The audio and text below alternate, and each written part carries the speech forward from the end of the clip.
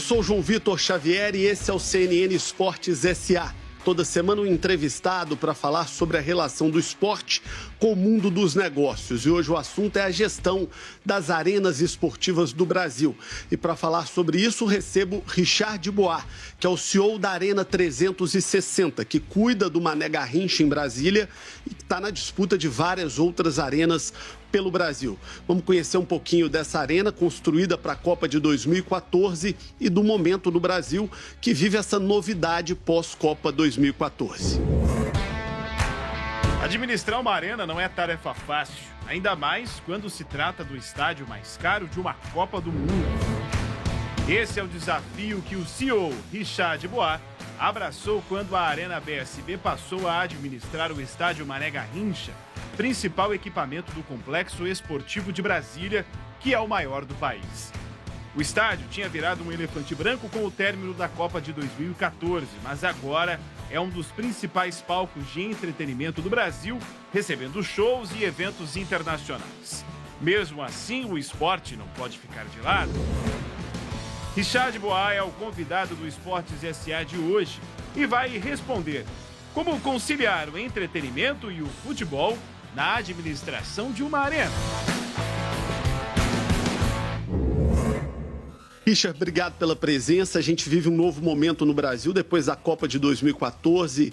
Muitas arenas construídas, muitos novos estádios e uma operação completamente diferente.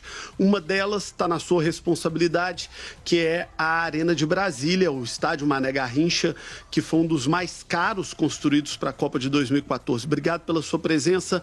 Como é que está sendo a experiência de colocar de pé um projeto como esse?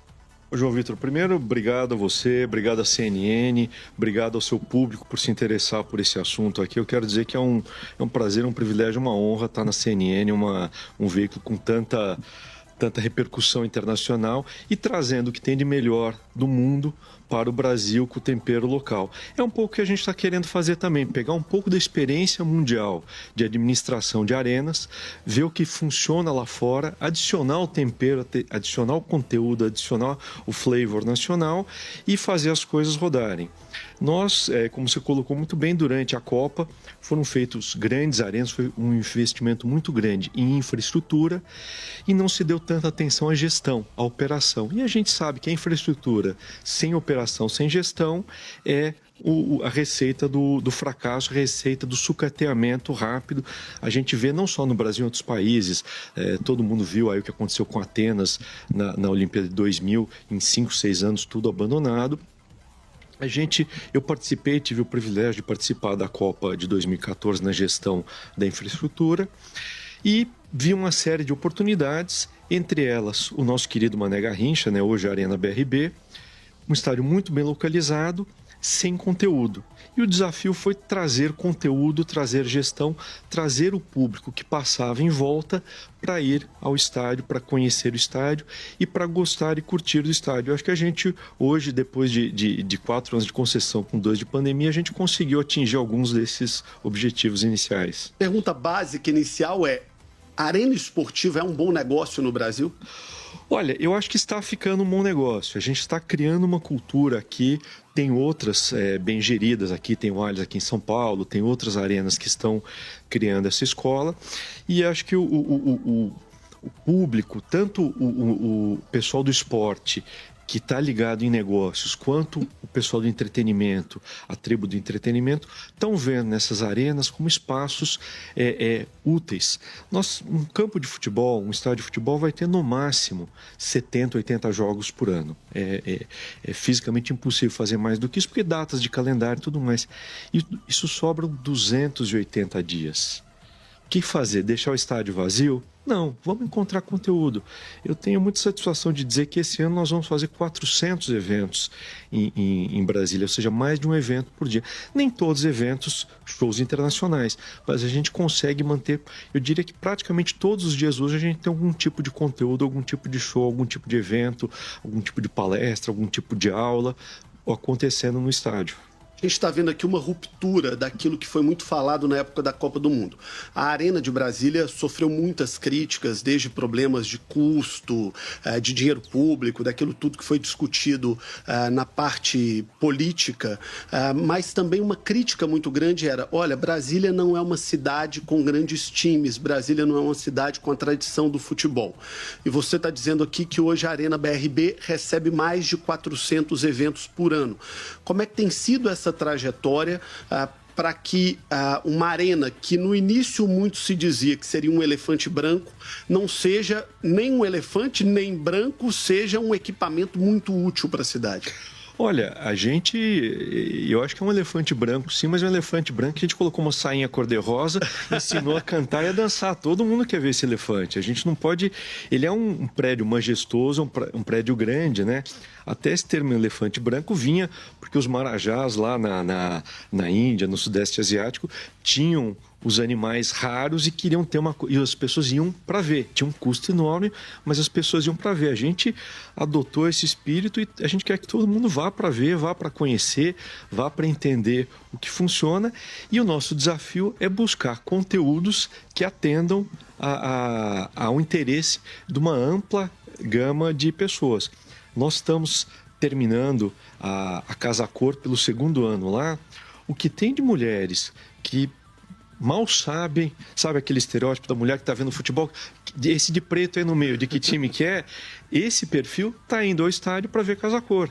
Nós temos uma molecada que hoje talvez não esteja tão ligada no futebol, indo em festa eletrônica, indo em festa de Halloween, indo em show sertanejo, indo em show de rock. Então, o desafio é encontrar que conteúdos a população quer ver, que essa infraestrutura destinada primordialmente ao futebol, mas que pode ser adaptada para esses outros conteúdos, permite. O que tem de empresa que acha muito legal fazer o seu evento corporativo no estádio, sai da caixa, pensa um pouquinho fora, é um número muito grande. Então a gente, com esse visual, com esse foco de trazer conteúdos novos, de trazer clientes novos e para um templo do futebol, para um lugar que está associado ao futebol, a gente conseguiu chegar a essa marca de 400 eventos no ano. Você acredita que essa realidade da Arena BRB, do Mané Garrincha, isso é replicável para qualquer tipo de arena do Brasil? Eu acho que em escalas diferentes é replicável. Claro que você precisa ter uma localização. O Mané Garrincha, ele é muito bem localizado. Para quem não conhece Brasília, ele fica no eixo monumental. Nós estamos no coração da cidade, coração, né? No coração não tem como... nós estamos a 5 minutos do Palácio Planalto. O nosso vizinho é o Tribunal de Contas. Depois vem o Palácio do Governador. Então, a gente está muito bem localizado. Isso é um fator fundamental para muitos dos usos. Hoje nós temos 17 restaurantes lá. Muitos dos restaurantes vivem porque o próprio dia a dia de Brasília, quem trabalha no setor comercial vai almoçar lá, quem trabalha nos tribunais vai almoçar lá. E você está dizendo de 17 restaurantes, não são restaurantes que necessariamente têm ligação com o jogo de futebol. Ele está aberto numa segunda, numa terça, ou seja, o que você está dizendo é que ganha uma vida que independe da partida de futebol. Exatamente. Esses restaurantes hoje eles têm uma vida completamente independente. Segunda-feira eles abrem para almoço. O maior movimento nosso é sempre no sábado à noite, porque o pessoal vai. Esses restaurantes não têm vista para o gramado, eles estão ali no entorno. Mas o fato de ser um lugar cômodo, um lugar seguro, um lugar legal, a gente criou uma atmosfera mais descontraída. A pessoa não está indo num lugar comum. É um estádio de futebol, ele é imponente. As pessoas, quando chegam, sentem alguma coisa, alguma emoção. Por isso que a gente mantém... Olha, é um elefante branco, sim, mas é um elefante branco do bem, está treinado, ele veio para alegrar o seu dia. E, além dos restaurantes, nós temos empresas. Nós temos hoje mais de 50 empresas que estão lá. Eu sempre conto o caso aqui do Girafas. A presidência dos Girafas está lá com muito orgulho. Para a gente foi o nosso primeiro cliente, a maior rede de fast food do Brasil. Eles queriam um lugar inusitado, queriam um lugar diferente, queriam colocar a empresa para pensar fora da caixa, colocaram a empresa lá, e hoje já tem mais de 50 outras que seguiram o exemplo do Girafas. Seja para quem tem a arena, como o caso, por exemplo, do Atlético, que tem a Arena MRV em Belo Horizonte, seja para o caso do Corinthians, que tem a Neoquímica Arena em São Paulo, o Morumbi com São Paulo, ou para quem é um concessionário, como é o caso do seu grupo, né?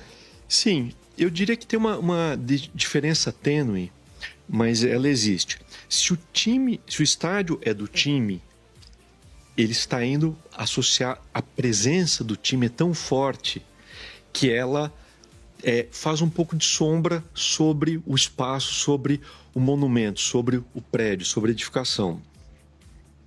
E aí você fica muito associado ao time.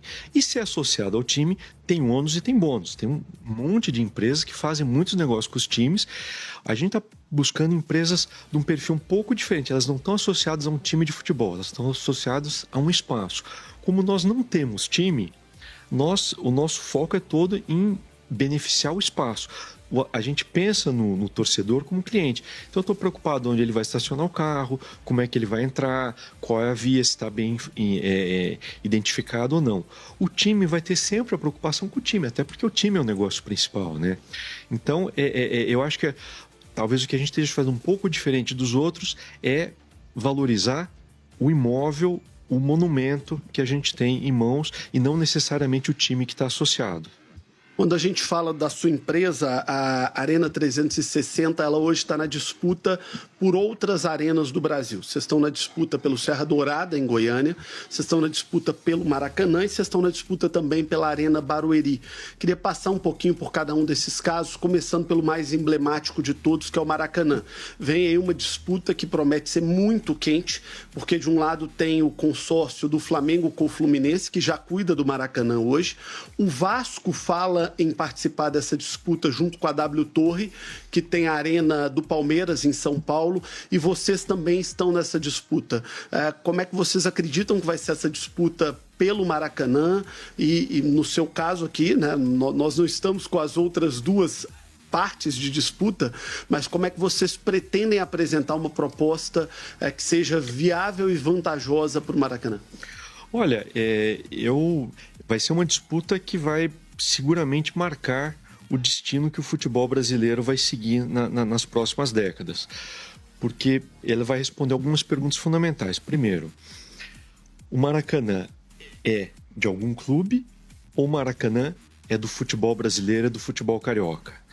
Eu acho que essa é uma decisão importante que tem ramificações, não tem resposta certa, tem ramificações para o futuro muito grande. A gente acredita, a gente aposta, a gente defende que o Maracanã é do futebol brasileiro, é do futebol carioca, é um patrimônio do Rio de Janeiro. Quando a gente fala de Rio de Janeiro, você imagina, é o Cristo, é o bondinho, é a praia e é o Maracanã.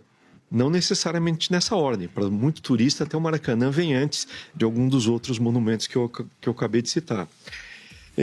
O Maracanã, se a gente vai para fora do Brasil e fala com qualquer garoto que gosta de futebol jogando uma pelada no interior da África, no interior da Ásia, você fala de Pelé, ele sabe quem que é. Você fala de Maracanã, ele sabe quem ele é. Ele não tem o mesmo reconhecimento com os clubes brasileiros. O Maracanã é reconhecidamente o maior estádio de futebol. Eu acho que ele tem que continuar como um estádio do futebol brasileiro. A gente acabou de ter aqui a final da Libertadores. Ele tem que ser um palco onde os grandes eventos do futebol mundial aconteçam. E tem que ser a casa de todos os times cariocas. Indo para a parte um pouquinho mais prática, nós temos uma proposta.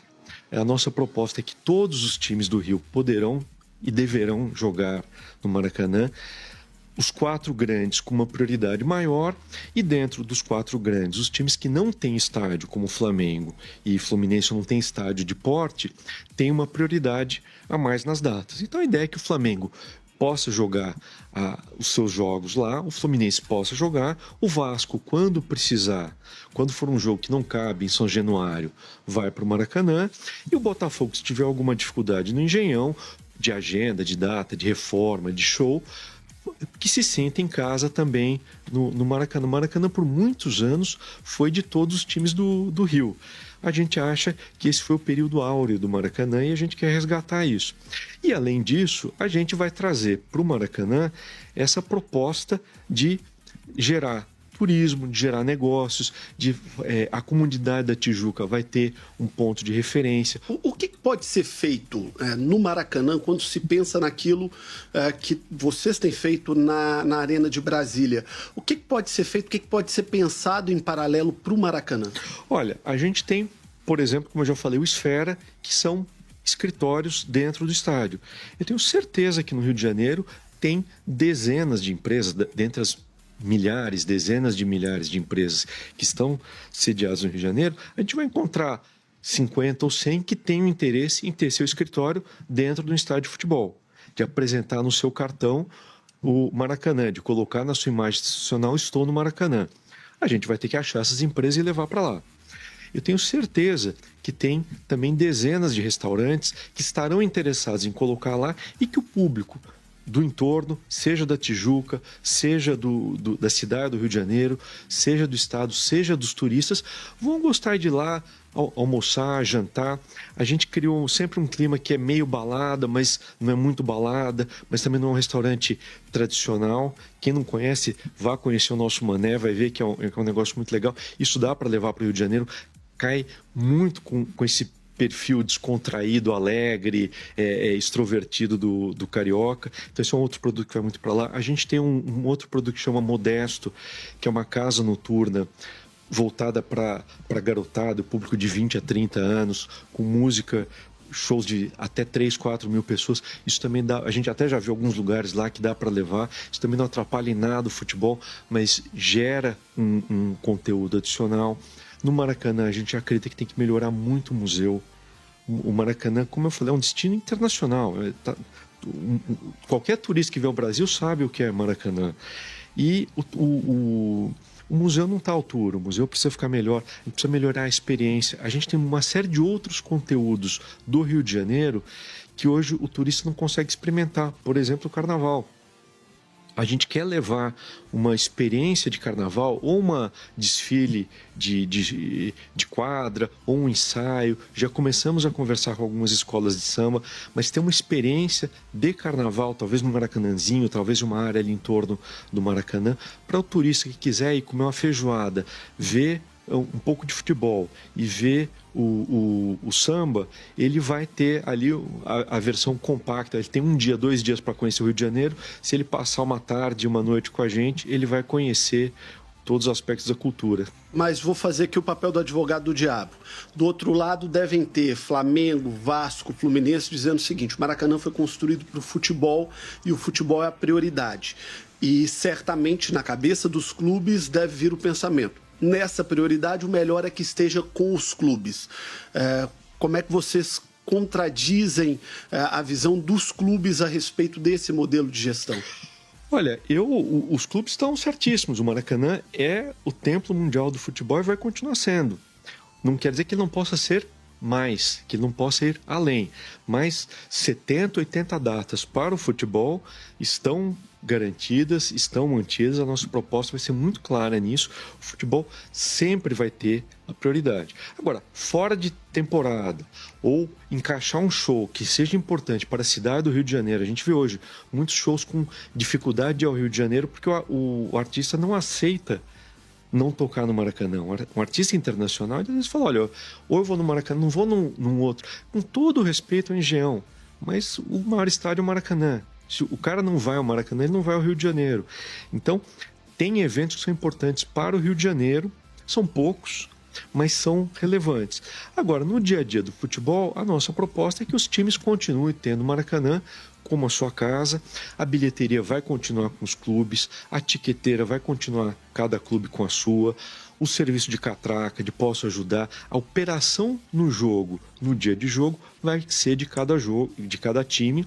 E a gente não quer mudar isso. Quer dizer, o time vem, se sente em casa, pode customizar vestiário, pode acertar a iluminação, pode colocar bandeira. O time mandante vai se sentir em casa.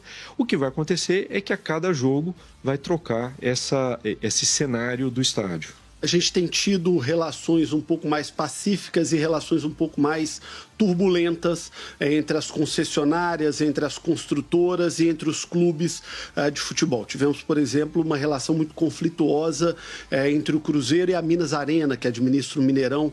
Por exemplo, a gestão do Cruzeiro reclamando muito que a relação era muito boa para a concessionária e era muito ruim para o clube. Como garantir, num processo de concessão, como que há em Brasília, como que pretende ser feito no Rio de Janeiro, que a concessão atenda também o clube de futebol e atenda, por fim, também o Estado, que acabou investindo muito dinheiro nesse processo, como foi em Brasília, como foi em Minas, como foi no Maracanã. A gente tem sempre que lembrar que, no fim das contas, tem dinheiro público envolvido ali, que esse dinheiro precisa ser, ele precisa retornar à sociedade para pagar o hospital público, para pagar a estrada, para pagar a escola pública, porque tem dinheiro público ali. Tem dinheiro, é um patrimônio público, a gente entende e concorda que é um patrimônio público, não é um patrimônio de ninguém, e por isso que ele tem que ter um gestor que o trate com a admiração e o respeito que ele precisa ter. Como é que a gente vai fazer com os times de futebol? A gente vai ter na nossa proposta, eu vou te contar aqui, não vou te dar os números, porque ainda vamos colocar, mas a estrutura da proposta, acho que a gente pode falar aqui para os amigos da CNN, que a gente vai ter um preço tabelado para o jogo do estadual, jogo do Campeonato Brasileiro, jogo de Libertadores. O preço é tabelado, é igual para todos, é um preço muito atraente, porque a gente quer volume, a gente quer estar com o estádio cheio, e o time tem todo o custo de operação. Então, se ele vai fazer bilheteria a mais ou a menos, não tem. Eu acho que essa transparência, essa gestão conversada, a gente trazer a Federação Carioca mais para perto para ajudar a mediar ou apaziguar esses conflitos, a gente espera que os conflitos e as disputas fiquem destinadas ao gramado, que é onde os times devem brigar, né? Antes disso, vocês têm a disputa pelo espaço, né? Por uma disputa comercial ali, como eu já disse, vai envolver o Vasco com um eventual parceiro, o Flamengo com o Fluminense, as duas equipes como já fazem hoje, e vocês como uma empresa privada disputando o espaço e eventualmente alguma outra que se apresentar também. O Flamengo teve aqui no CNN Esportes S.A. e falou inclusive na possibilidade de fazer uma oferta por compra do Maracanã ou uma oferta, caso não tenha o Maracanã, de construção de seu próprio estádio. O Flamengo hoje é um clube muito capitalizado, vai fechar o ano com uma EBITDA, segundo anunciou aqui o seu presidente, próximo de 400 milhões de reais. Caso o Flamengo perca o Maracanã, não preocupa a vocês a possibilidade de não ter o Flamengo em médio prazo como cliente? Facilitando a pergunta, a operação é viável sem o Flamengo? A operação é viável sem o Flamengo. A gente tem o caso de Brasília, que eu não tenho nenhum time na Série A ou Série B, e a gente tem uma operação viável e superavitária, e eu não tenho o nome, não tenho a história do Maracanã. Então é viável.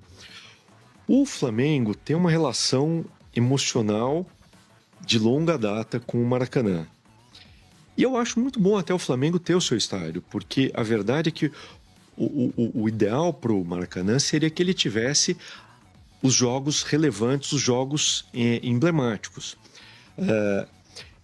Construir um estádio, a gente pode olhar o exemplo, aqui em São Paulo, teve um time que construiu estádio com recurso próprio e hoje tem dificuldade no pagamento, no financiamento dele, e tem um outro time que montou o estádio com um operador privado, o operador privado assumiu o financiamento, ele vai lá para jogar, fica com a receita e tudo mais. Um time está com uma condição financeira completamente diferente do outro. O time de futebol, o gestor de futebol, que é especialista em montar técnico, já tem... Olha quanta dor de cabeça o time tem que contratar jogador, técnico, lidar com torcida e tudo mais. Ainda vai ter que entrar na gestão, na construção, um investimento bilionário de um estádio que vai levar 5, 10 anos. É possível, mas eu não sei se é o melhor uso para os recursos, para o talento da administração do time. Agora, se o Flamengo construiu o estádio, eu acho que a gente continua vivendo, porque eu não vejo o Flamengo, mesmo tendo estado estádio próprio, não jogando de vez em quando no Maracanã, abre espaço para os outros times. O Vasco vai poder jogar um pouco mais, o Fluminense vai poder jogar um pouco mais, que bom, agora o Fluminense campeão da Libertadores. E é importante para o futebol carioca essa disputa, que os times não tenham uma dominância completa sobre os outros. Esse ciclo é que traz a graça do esporte, traz a graça do futebol e prende o público. Se você tiver um time só dominante, o público se cansa e no longo prazo você perde esse público. Ô Richard, fazendo conta do que a gente vê hoje no futebol brasileiro, os clubes estão com muita dificuldade de conciliar shows, grandes eventos com o futebol.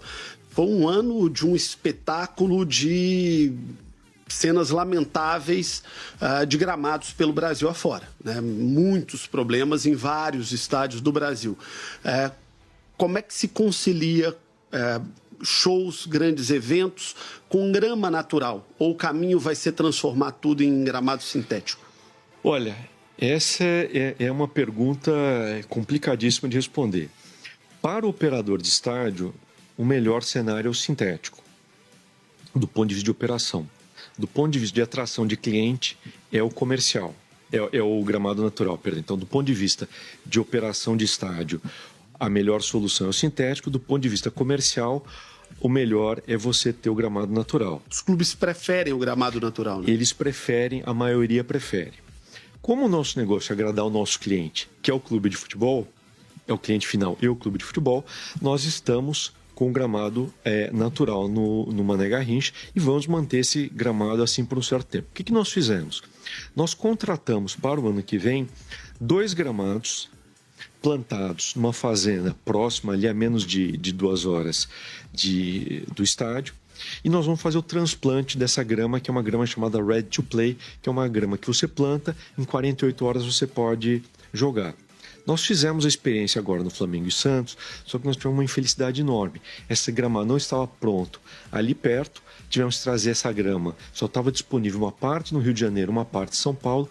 Pegou chuva na estrada, ela ficou com a aparência não tão boa, a aparência que a gente esperava. A gente tendo o gramado ali do lado, podendo fazer essas transplantes de gramado, é uma questão de custo e uma questão de gestão. A gente não vê nenhuma dificuldade técnica de ter jogos com shows, com jogos que funcionem tanto do ponto de vista operacional, do ponto de vista esportivo, quanto do ponto de vista da aparência do torcedor. No Maracanã seria a mesma coisa, a gente teria uma fazenda próxima ali, teriam pelo menos 2 gramados prontos, colhe o gramado, planta o gramado, 48 horas depois é possível jogar já. É possível a conta fechar com isso? A conta fecha? É possível. É questão de uma boa gestão, é questão de dar uso ao estádio.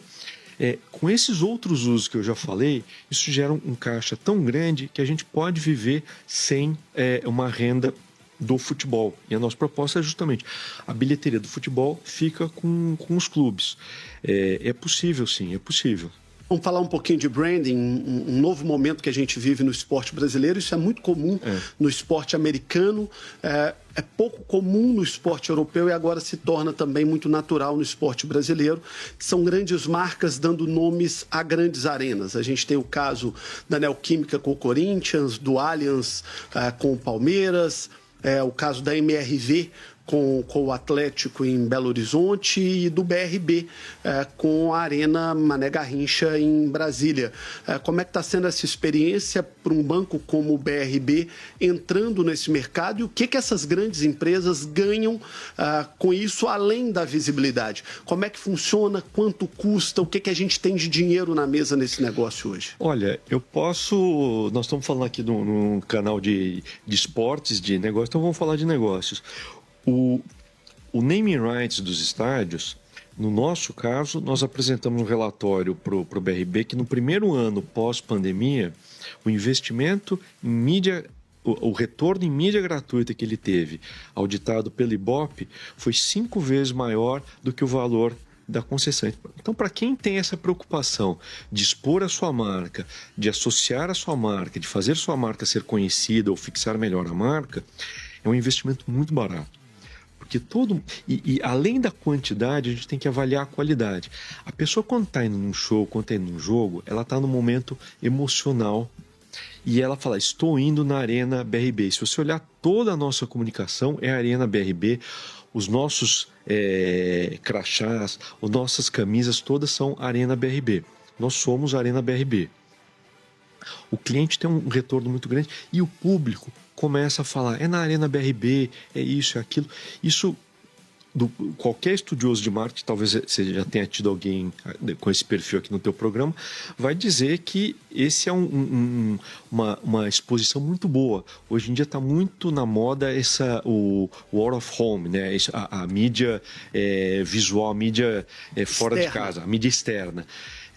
Poucos casos são tão emblemáticos, são tão marcantes, são tão contundentes quanto um estádio de futebol, uma arena de eventos. Por isso que a gente vê, isso é uma tendência mais do que consolidada lá fora e a gente está aprendendo a fazer esses negócios aqui. Daqui a pouquinho vamos falar dos casos do Serra Dourada, um estádio marcante para os goianos, e também da Arena Barueri, que é uma das opções próximas a São Paulo, e ambas as arenas, ambos os estádios que estão em disputa comercial no momento. Mas agora está na hora do Giro SA, num oferecimento de Gerdau, o futuro Cimol, das notícias da semana que movimentaram o mundo dos esportes e o mundo dos negócios também.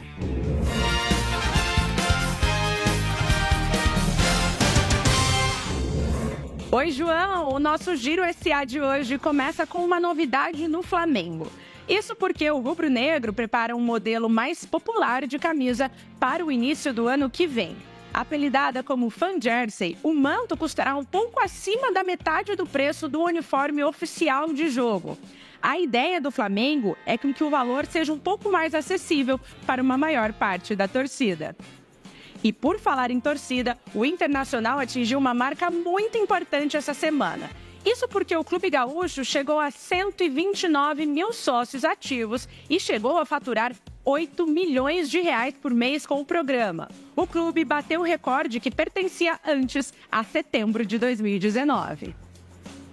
Bom, do Brasil agora a gente vai para a Espanha, porque a La Liga ampliou o contrato com a Puma até 2029. A empresa de material esportivo será a fornecedora oficial das bolas da competição.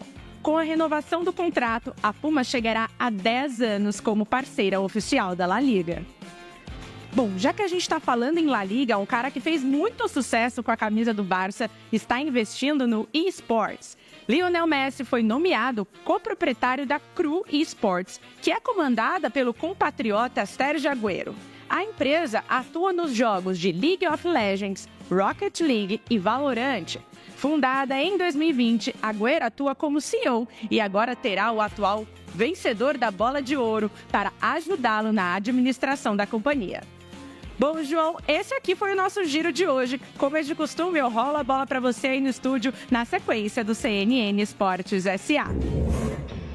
Daqui a pouco voltamos com o Richard Dubois, que é o CEO da Arena 360, que administra o Mané Garrincha, hoje a Arena BRB, e que está na disputa pelo Maracanã, pelo Serra Dourada e pela Arena Barueri. Daqui a pouquinho vamos falar desses outros dois casos, como é que vai ser o processo de disputa do Serra Dourada, um estádio icônico no coração do Brasil, e também da Arena Barueri, um estádio muito próximo, que é um apoio muito importante para o futebol de São Paulo e que tem aí uma disputa com a Leila do Palmeiras e da Crefisa, promete ser bastante interessante. Um minuto só, daqui a pouco eu volto com o CNN Esportes SA.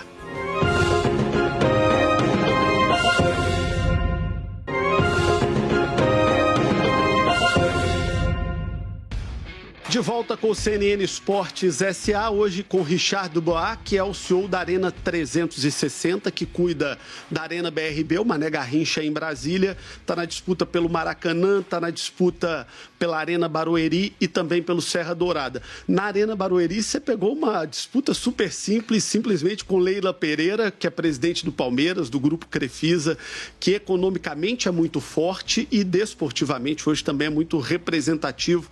Como é que está essa disputa pela Arena Barueri? E eu diria que também é administrativamente muito boa. Ela muito tá competente, fazendo né? Uma competência muito grande em todos os negócios que ela entra. A gente entende que está uma disputa jurídica, quer dizer, uma licitação. já aconteceram alguns passos, os nossos advogados não concordam com algumas decisões que foram tomadas no processo e estamos dando aí a sequência aos encaminhamentos jurídicos e legais para essa licitação.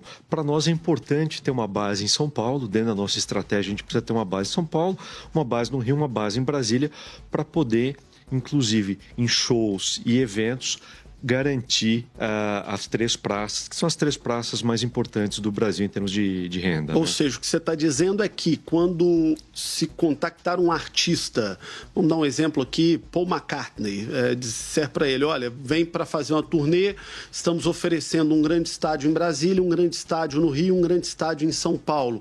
A ideia de business, de negócio é essa? É isso. Muitos desses artistas hoje vêm com produtoras internacionais. A gente tem relacionamento com todas elas, a gente tem feito shows, mas a gente sabe que a relação de forças, a relação comercial, você tendo um estádio, você tendo as 3 principais praças do país, muda muito. E hoje as produtoras judiam da gente. Eu posso falar, são todos amigos nossos, mas na negociação eles nos apertam muito, porque nós só temos Brasília. Ao termos mais praças, a gente consegue equilibrar um pouco mais o jogo nesses shows internacionais. Queria falar um pouco sobre o caso do Serra Dourada, é um estádio icônico da velha guarda do futebol brasileiro, que também vai agora para um processo de disputa de mercado. O que é o projeto que está em discussão no Serra Dourada e o que pode vir dessa possível concessão do Serra Dourada? Olha, o Serra Dourada é um caso muito interessante. O governo do estado de Goiás está fazendo um trabalho brilhante, eu diria, porque eles estão primeiro ouvindo os possíveis interessados em um processo que se chama PMI, ou Procedimento de Manifestação de Interesse, abriram isso. Tem 3 grupos que apresentaram propostas, a nossa foi habilitada em primeiro lugar na lista, mas tem outros grupos participando. Nós temos até o final de dezembro para entregar uma proposta firme ao governo. Eles vão avaliar a viabilidade jurídica, técnica e comercial dessa proposta, e uma vez feita a proposta, a acolhida a proposta, eles colocam em licitação. Se qualquer outro grupo igualar ou cobrir a nossa proposta, será o vencedor. Em termos de conteúdo, Serra Dourada, como você falou, é um estádio icônico, está no coração de uma cidade que tem crescido muito, que é Goiânia, que tem uma pujança econômica, está muito ligada ao agronegócio e faz parte do Brasil que está crescendo aí a 2 dígitos há alguns anos, né? Tem muita renda, tem muita gente que gosta de show, de talentos e que vem ao Sudeste para assistir. Se tiver a oportunidade de ficar no Centro-Oeste, seguramente ficará. E o Serra Dourada, assim como o complexo do Mané Garrincha, ele tem muita área em volta e está numa localização muito boa da cidade. Então a gente ali acredita também no desenvolvimento imobiliário. Goiânia tem futebol, os times já têm a sua solução, mas a gente pode melhorar muito o estado do Serra Dourada. Ele está judiado, está esquecido, faltou amor ali nos últimos anos. E o ginásio e levar seguramente muito mais shows, muito mais conteúdos. Todos os aparelhos que a gente falou que aplicaria ao Maracanã, a gente vai levar para o Serra Dourada também, mas as especificidades da região ali cabe muito prédio de escritório. Mas essa talvez seja a grande diferença. Você disse bem, tem muitos anos que eu não vou ao Serra Dourada, mas quando eu fui a última vez, o estádio já não estava muito bom. Já estava antiquado, já estava ultrapassado e não creio que tenha melhorado muito de lá para cá. Eu vou te dizer que piorou. Provavelmente. Não sei quando você teve, mas... O tempo é cruel, né? O tempo é cruel. O tempo é cruel conosco e é cruel também com os equipamentos. Então não acredito que esteja numa boa condição o Serra Dourada. Você administra um estádio muito novo, que é o Mané Garrincha, a Arena BRB. Está disputando um estádio que recebeu milhões de reais de investimentos, que é o Maracanã. Também está um estádio retrofitado. E o Serra Dourada não, é um estádio antigo, um estádio com um modelo mais ultrapassado. O que a concessão do Serra Dourada prevê de melhoria para o estádio? Quem levar o Serra Dourada vai ter que investir dinheiro? O que vai ter que ser feito ali? Então, essas regras estão sendo construídas agora nesse processo até 20 de dezembro, que é a data limite. E o governo está escutando as propostas da iniciativa privada antes de tomar sua decisão definitiva. A gente vai com a nossa proposta não está pronta ainda, mas a gente vai com um investimento grande em construção de novas áreas no entorno, ali em volta, na área imediata do Serra Dourada, recuperação das áreas existentes, mas ali vai ter que falar não é só retrofit do prédio, ele tem que construir metros quadrados novos, prédios novos, para acomodar talvez um pouco mais, vai ser um pouco mais perto do que está se fazendo com o Pacaembu aqui, que deve estar para ser inaugurado, do que o que aconteceu com o Mané Garrincha. O exemplo do Pacaembu é extraordinário, que é também o estádio que está sendo recuperado.